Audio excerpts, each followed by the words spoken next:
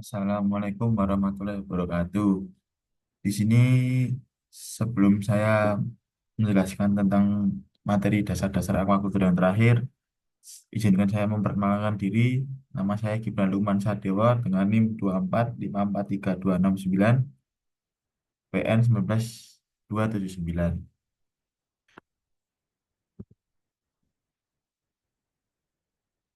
Di sini konsep dasar dasar aquaculture dikelola menjadi bisnis perikanan yang memberikan keuntungan. Yang kedua, namun terdapat beberapa aspek yang membuat aquaculture menjadi tidak berkelanjutan. Eh, aspek-aspek tersebut mencakup aspek ekonomi, lingkungan, dan sosial. Jadi, aquaculture yang berkelanjutan itu harus mementingkan aspek ekonomi, lingkungan, dan sosial. Aquaculture berkelanjutan adalah praktik budidaya perikanan yang memiliki tujuan mengurangi kerusakan terhadap lingkungan, meningkatkan ketersediaan pangan, melindungi spesies hewan air yang sudah mulai punah, dan meningkatkan kapasitas dan pemanfaatan lahan untuk budidaya perikanan yang efektif. Lalu di sini ada perjalanan terciptanya aquaculture berkelanjutan. Yang pertama dari Deklarasi Kyoto 1976, yaitu mendorong ekspansi dan peningkatan produksi aquaculture, penerapan sistem budidaya intensif. Yang kedua dari FAO tahun 1995, yaitu budidaya perikanan yang tidak mementingkan kebutuhan mereka sendiri dan bertanggung jawab. Yang ketiga dari NACA dan FAO tahun 2000, seluruh negara telah sepakat untuk mengembangkan aquaculture berkelanjutan. Yang keempat juga dari NACA dan FAO, yaitu peneguhan kembali tentang aquaculture berkelanjutan, terutama penerapan ekosistem approach to aquaculture atau yang bisa disebut IAA. Yang kelima, Deklarasi Shanghai tahun 2021, yaitu terus mendorong aquaculture berkelanjutan dan meningkatkan kontribusi aquaculture pada SDGs pada 2030. Lalu di sini ada beberapa implementasi aquaculture berkelanjutan. Yang pertama ada penerapan CBIB atau cara budidaya ikan yang baik. Yang pertama ada kolam dibangun pada lokasi tempat yang sesuai. Yang kedua penyesuaian konstruksi kolam. Yang ketiga sistem pembuangan air yang terpisah. Jadi sistem pembuangan air yang terpisah itu eh, pembuangan air limbah yang telah digunakan untuk budidaya itu eh, dipisahkan ada yang mengandung dipisahkan antara limbah dan air yang telah difilter. Yang kelima, sarana pendukung yang representatif. Yang keenam, persiapan kolam budidaya. Persiapan kolam budidaya ini eh, bisa terdiri dari persiapan misalnya persiapan tempat untuk budidaya, terus persiapan lahan yang cocok untuk budidaya, terus persiapan eh, lingkungan yang mendukung, yang selanjutnya persiapan air yang digunakan untuk budidaya. Eh, untuk poin ini persiapan air itu disiapkan dulu dapat dari mana air tersebut, bisa dari umbul umbul atau mata air, bisa dari eh, sungai yang sudah bersih atau difilter dahulu. Nah, seperti itu. Dan selanjutnya ada pemilihan benih yang unggul dan pada tebar sesuai. Kan dari penjual kan ada benih yang jelek kan, mesti ada yang jelek apa benih yang jelek. Nah, itu harus dipilih-pilih agar benih-benih yang unggul saja yang di, diambil gitu.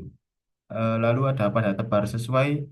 Pada tebar sesuai ini kan setiap ukuran kolam kan ada pada tebarnya sendiri-sendiri. Nah, itu disesuaikan dengan ukuran kolam. Lalu ada penggunaan pakan yang berkualitas dan kandungan yang sesuai.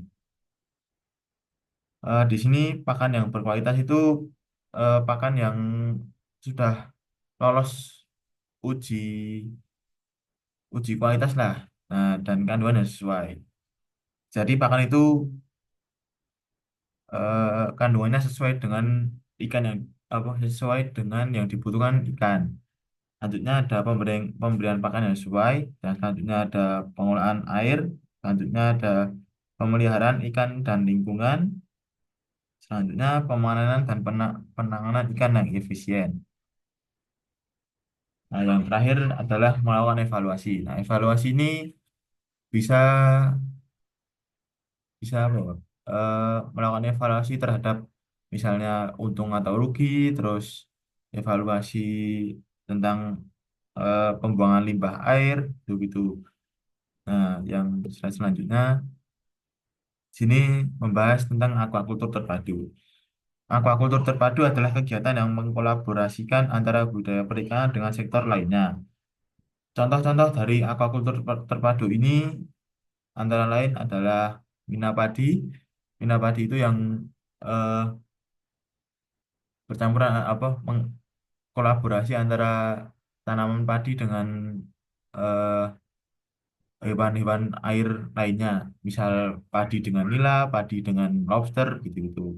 Ada aquaponik. Aquaponik ini adalah pemanfaatan limbah untuk jadi pemanfaatan limbah untuk kan atasnya ada tanaman, nah bawah ada ikan. Nah, itu limbah dari ikan atau kotoran dari ikan ini akan disalurkan ke arah tanaman. Nah, tanaman itu akan memberi mineral-mineral yang dibutuhkan oleh ikan.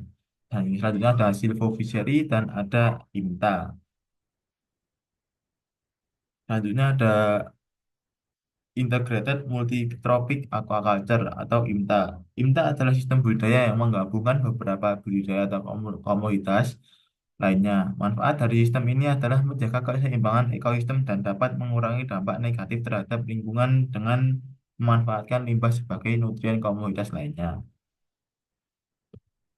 Eh, Di slide ini saya membahas tentang polikultur. Polikultur adalah sistem budidaya ikan dengan cara menggabungkan lebih dari satu spesies ikan dalam satu kolam.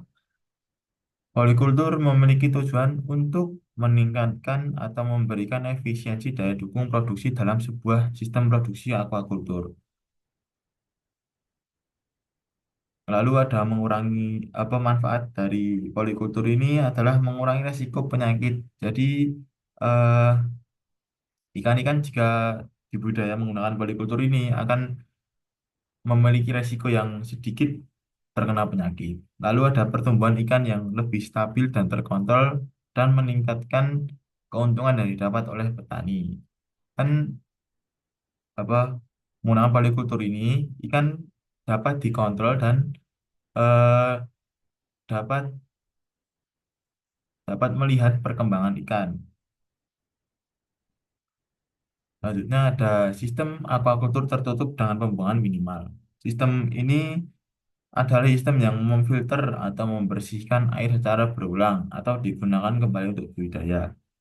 Manfaat dari sistem aquacultur tertutup dengan pembuangan minimal ini adalah penghematan air yang digunakan, mengendalikan sistem yang dapat merusak lingkungan. Contoh dari sistem ini adalah sistem RAS atau Recirculating Aquaculture System dengan dan budidaya dengan menggunakan sistem bioflok. Nah, sistem ini kan jadi sistem ini air itu difilter dengan menggunakan alat agar air tersebut dapat digunakan kembali. Nah, jadi kan tidak ada limbah yang terbuang. Jadi tetap bisa digunakan kembali. Lalu ada aquacultur modern dalam konteks revolusi 4.0. Yang pertama ada aquacultur pintar. Pada prinsipnya merupakan aplikasi teknologi data dan informasi untuk optimalisasi produksi pada sistem aquacultur yang bersifat kompleks. Yang kedua ada aquacultur cerdas. Sistem ini merupakan penggunaan teknologi canggih untuk meningkatkan efisiensi, produktivitas, dan keberlanjutan dalam budidaya perikanan. Yang selanjutnya ada aquacultur presisi. merupakan aquaculture prediksi ini merupakan penggunaan teknologi untuk memantau, mengelola, dan mengendalikan budaya perikanan. Aquaculture prediksi ini eh, manfaatnya itu kita dapat, misalnya kita sedang berada di luar kota, kita mempunyai kolam yang berada di Jawa dan kita sedang berada di luar pulau, misalnya sedang berada di Kalimantan untuk kunjungan. Nah, itu kita itu tetap bisa untuk mengontrol dan mengelola ikan-ikan yang kita budidaya dari jarak jauh. Itu ya, cukup segitu dari saya. Terima kasih. Wassalamualaikum warahmatullahi wabarakatuh.